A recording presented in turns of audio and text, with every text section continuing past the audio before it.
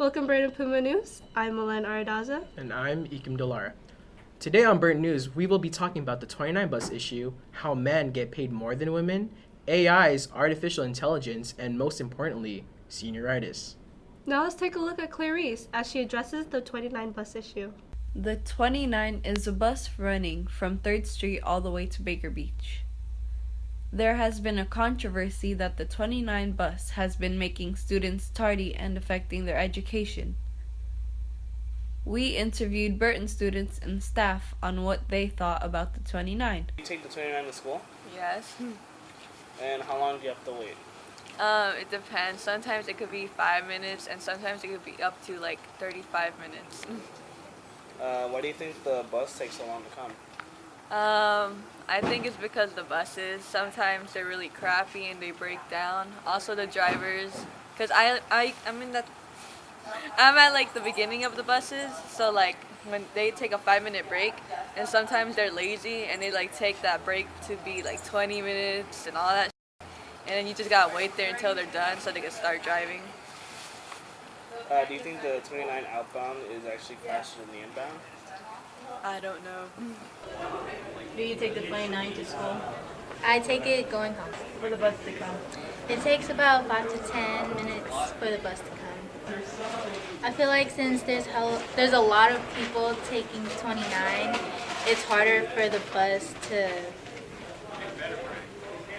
come faster and pick them all up. Why do you think it takes so long for the bus to come?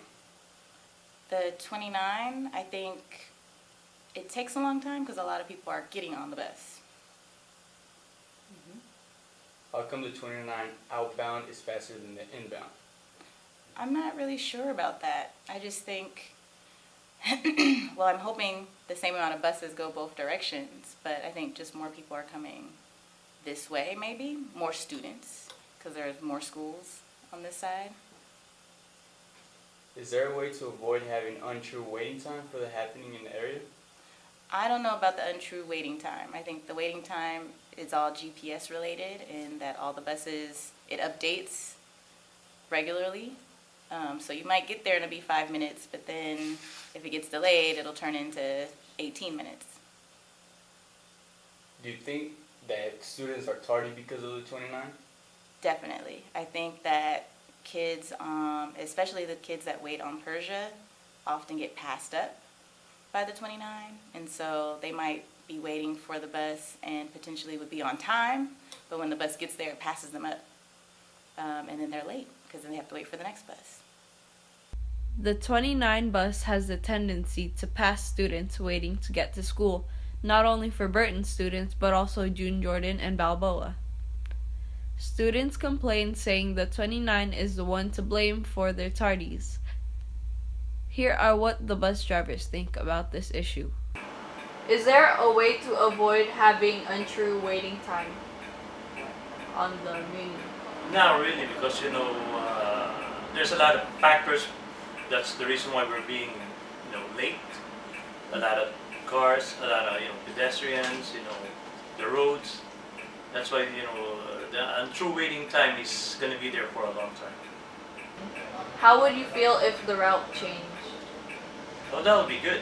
If they make it a little bit shorter, because 29 is long, it's more than our just have a trip. Who is a person in power we can talk to about this problem so we can change it? You guys can actually go directly to 1 South Van Ness, SFMCA, 6th floor. Okay. And who is the head there? There's a lot of people who actually is the head of that division or that particular building.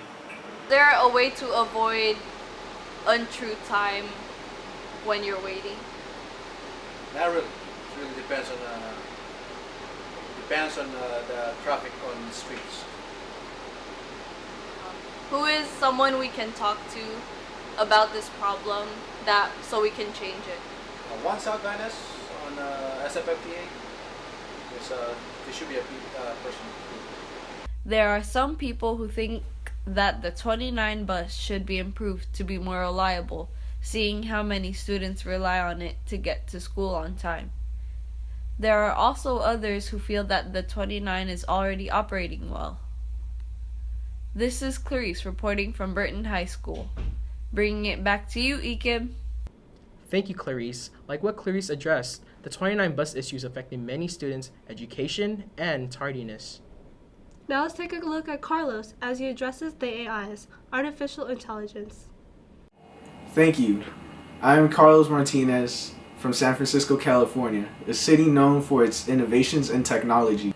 The Bay Area is a continuously growing place in the world of tech. We have San Francisco, which has companies such as Twitter, Uber, and Ubisoft, and many more major companies in the world of tech. We also have Silicon Valley in the South Bay with Google, Facebook, and many more other companies. Nowadays, technology is a huge part of life. We've even gotten to the point to where we've developed artificial intelligence, also known as AI. AI is made out of a complicated algorithm. This algorithm is used in Siri, Cortana, Alexa, your computer, and many more. Kevin Wong, IT intern at Okta. What do you know about artificial intelligence? I know that some forms of artificial intelligence include Siri and Alexa from Amazon.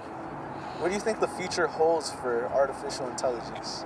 The possibilities are limitless. Who do you think would be impacted first? Well, I think the first people that might be impacted by this is the working class Americans.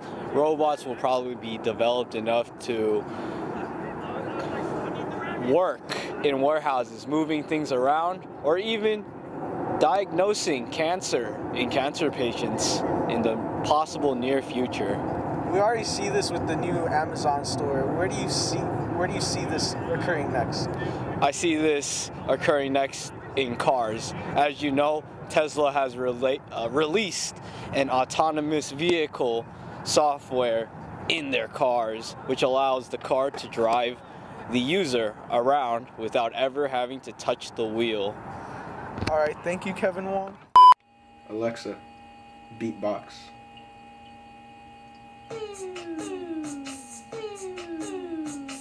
Thank you, Carlos. Lynn, quick question. Would you have a robot as a friend? I don't think I need a robot as a friend. I think people who would need one would be people like you. Wait, but... Siri does not count. Anyways, up next we have Damaris as she reports whether men get paid more than women. Hi, my name is Damaris Kawil and I am here to report to you about women wages in the United States. It is known that in most cases women make less money than men. Women make around 20% less than men do for doing the same jobs. A woman earns 79 cents for every dollar a man makes. The wage gap is also affected by age. Younger employees ranging from 15 to 24 years of age do not experience as big as before because of the Equal Pay Act of 1963, but people still find a way around it. I am here to interview Amy Huang, Riley Lee, Lieutenant Commander Romelda Sadieran. I work at the Exploratorium. I'm about to start my second semester. I work in fashion and retail. I have been teaching NJROTC for 7 years. I was in the Navy for 20 years. I retired after 20 years of service. I think wage inequality exists because I feel like women has always been seen as less superior, and that's how it all started. People believe that men should earn more for what they put in. No, I don't believe so, but I haven't, read anything about it myself or heard about it myself, so I can't state whether there is or is not proof of this happening right now. It's been because in the workplace before our time, women was always expected to just stay at home, while in today's world, women are now in the workforces.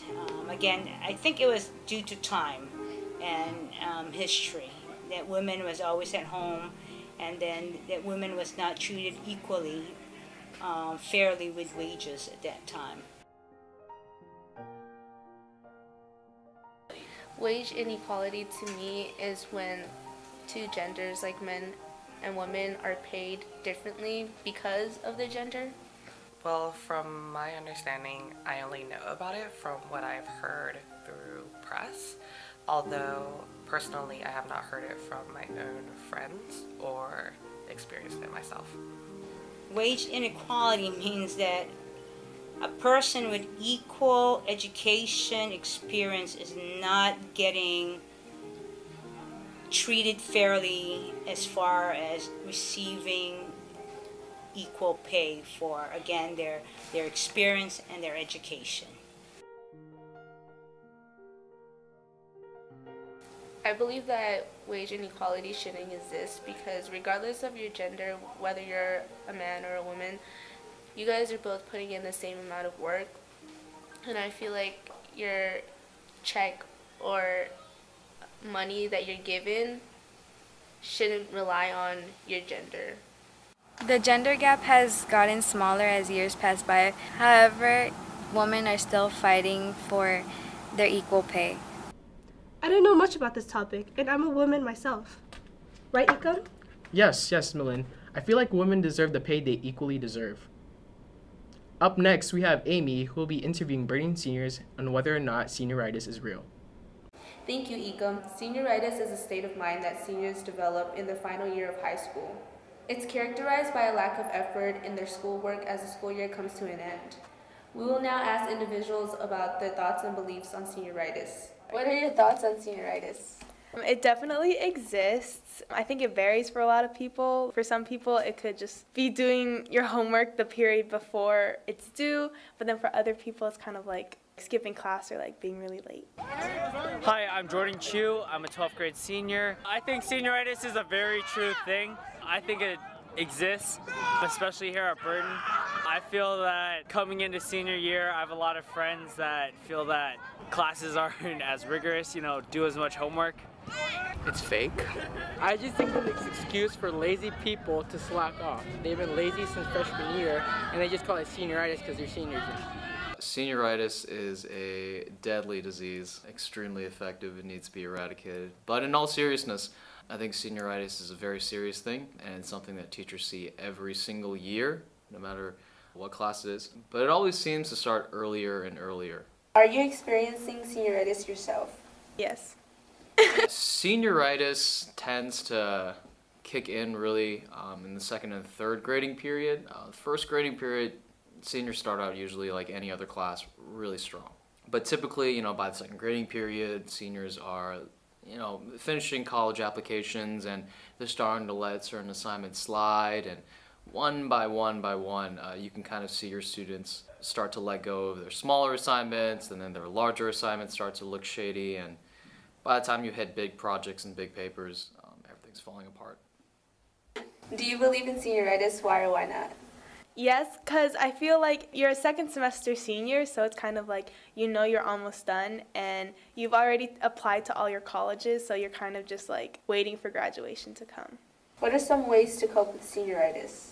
I feel like you can cope just by doing things you enjoy, whether that is like going for walks or like watching Netflix or reading or whatever, but then also like reminding yourself to just keep pushing through and doing what you need to do. Make sure that you're not willing to let small assignments go. So the better you are with keeping track of due dates, even for small things like due nows and class notes, the better the final product at the end of the grading period will be, usually your essay or your project. Definitely good ways to cope with senioritis is to do your homework during low periods of class. So like when a teacher says, oh, let's do study hall. Weekends are definitely harder times to do homework nowadays, so with other activities, so it's good to do it during the weekday or do it, spread out.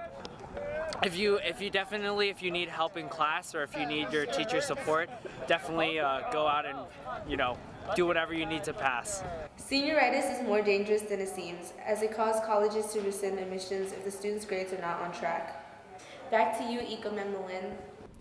I didn't think senioritis was really a thing. Well, me neither. Until it started hitting me freshman year. Freshman-ritis. Freshman-ritis isn't real. Yes, it is.